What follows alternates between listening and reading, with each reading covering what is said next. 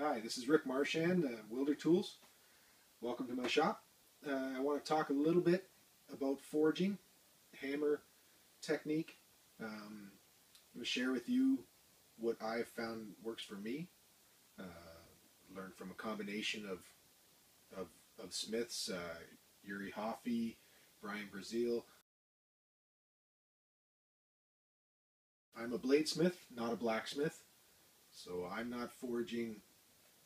I'm not in a shipyard forging giant hooks and chains and whatnot. So my stock is light, uh, and you'll see that my technique and my style suit that. I want to talk about your anvil, your stance, anvil height, that sort of thing.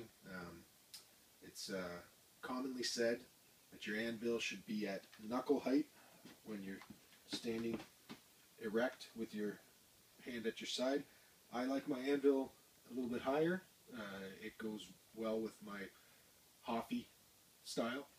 Um, this anvil is a recent acquisition, so it's a little lower than I would normally have. I would want it a couple inches higher. This has been my post anvil for the last decade or so, and it's served me well. So I approach at a 45. The handle of my hammer is running the length. So as I'm working like this. I have a shorter handle, so it's not going to hit. And I find this allows me to use the edge of the anvil much more efficiently. It puts me in the right position. If I'm facing forward, I find that I can't.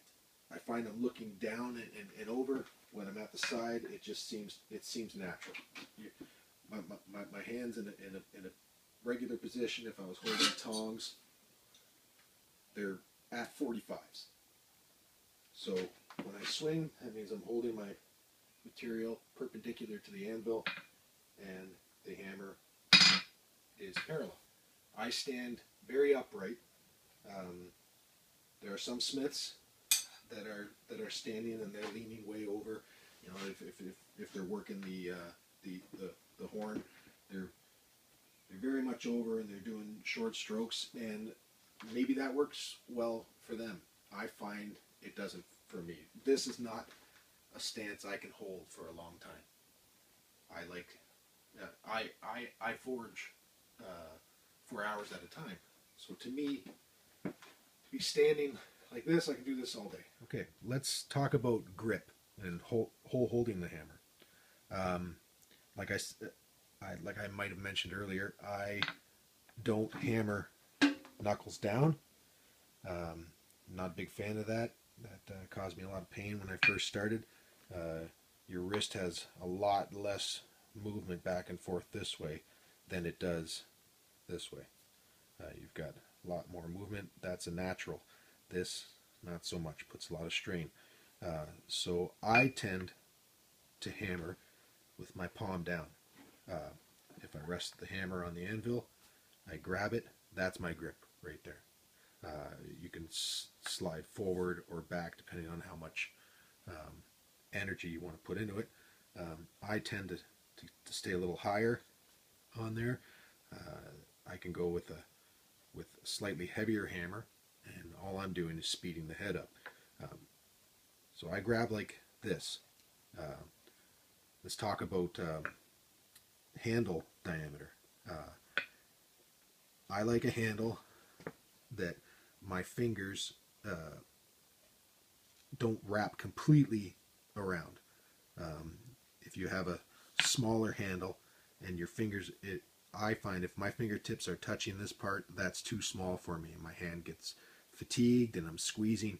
This fills the hand and allows me more control. The fulcrum is this finger for me. My thumb and my index finger control the face of the hammer. The hammer, you'll see, it's basically at a 45 to my arm. The stroke. I feel it's very important to use all the joints of your arm. Three major: your shoulder, elbow, wrist. As you get into more of this technique, you find that you can actually use your fingers as well. But the more joints you have involved, the less stress it'll be on your arm. The stroke that I use, the head travels perpendicular and straight. Like I said, I bring it straight up, and I'm using all the joints, and it's almost like this whipping movement, like bouncing a basketball or throwing a tennis ball on the ground. Bring it up. Now I'm not talking. I'm not trying to fly here. I'm not whizzing it around, being crazy. It's a conservative stroke, but it's one that the force you put into it is the weight. It's mass times mass and velocity. That's what makes it happen down here. So you're only speeding the head up. You don't want to push it into the anvil. That's wasting energy, and it's transferring energy up into your forearm, and that's bad news. That's not good. So when you're doing that whipping, right at the moment of impact, you're relaxing, and that allows the head to bounce back up with the rebound, and it allows the shock to go through the handle in the anvil and not into you.